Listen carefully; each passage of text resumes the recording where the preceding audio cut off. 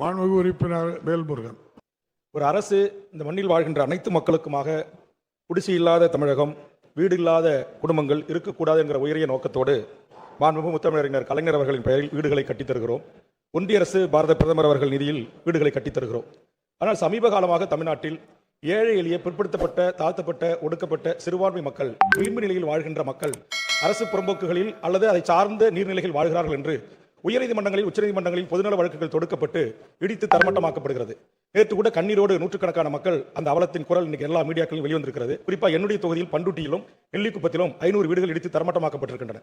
அப்படி இடிக்கப்படுகின்ற அந்த வீட்டிற்கு மாற்று வீட்டை தங்கள் துறையின் சார்பாக ஏற்பாடு செய்துவிட்டு வருவாய்த்துறையோடு பேசி ஆக்கிரமிப்புகள் இருந்தாலும் தீர்ப்புகள் இருந்தாலும் அதை சமன் செய்து அவர்களுக்கான ஒழுகாத வீட்டை தந்துவிட்டு அது போன்ற ஆக்கிரமிப்பு ஆற்றுகிற நடவடிக்கை எடுப்பதற்கு ஒரு விரிவான திட்ட அறிக்கையை தயார் செய்து மாண்புமிகு வீட்டுவசதித்துறை அமைச்சர் வீடு இல்லாத ஏழை எளிய அரசு இல்லங்களில் குடியிருக்கிற மக்களை வெளியே அகற்றாமல், தற்போது மழைக்காலம், எங்கு போய் வாழ்வார்கள், அந்த வலியை உணர்ந்து அதற்குரிய திட்டங்களை தீட்டுவதற்கு அரசிடம் திட்டம் இருக்கிறதா என்பதை பேரவைத் தலைவராக கேட்டு அமர்கிறேன்.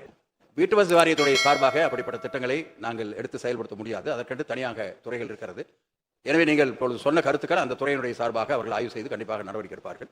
ஆனால் ஒன்றை நான் இங்கே சொல்ல வேண்டும். லட்சக்கணக்கான நபர்களுக்கு இப்பொழுது பட்டா கொடுக்கப்பட்டிருக்கிறது என்பது உங்களுக்கு தெரியும். இதெல்லாம் ஏறத்தாழ ஒரு 30 ஆண்டு காலமாக பேன் பண்ணி வைத்திருந்தார்கள். ஆனால் முதலமைச்சர் அவர்கள் எடுத்த முயற்சியின் காரணமாக பல லட்சம் பேருக்கு இப்பொழுது பட்டா கொடுக்கப்பட்டிருக்கிறது. அது மாநகராட்சியாக இருந்தாலும் சரி, நகராட்சியாக இருந்தாலும் சரி, பேரூராட்சி, இங்கே எல்லாம் அது பேன் பண்றதை எடுத்து இப்பொழுது கொடுக்கப்பட்டிருக்கிறது. எங்காவது இடிக்கப்பட்டிருக்கிறது என்று சொன்னால் அது நீர்வழி புறம்போக்கு அரசு ஒரு கோர்ட்டினுடைய உத்தரவின் காரணமாக அது செய்யப்பட்டிருக்க அரசாங்கமாக செய்ததல்ல. இருந்தாலும் மற்ற துறைகளுடைய சார்பாக அதை பாதுகாப்பதற்கான நடவடிக்கையை கண்டிப்பாக மேற்கொள்ளலாம்.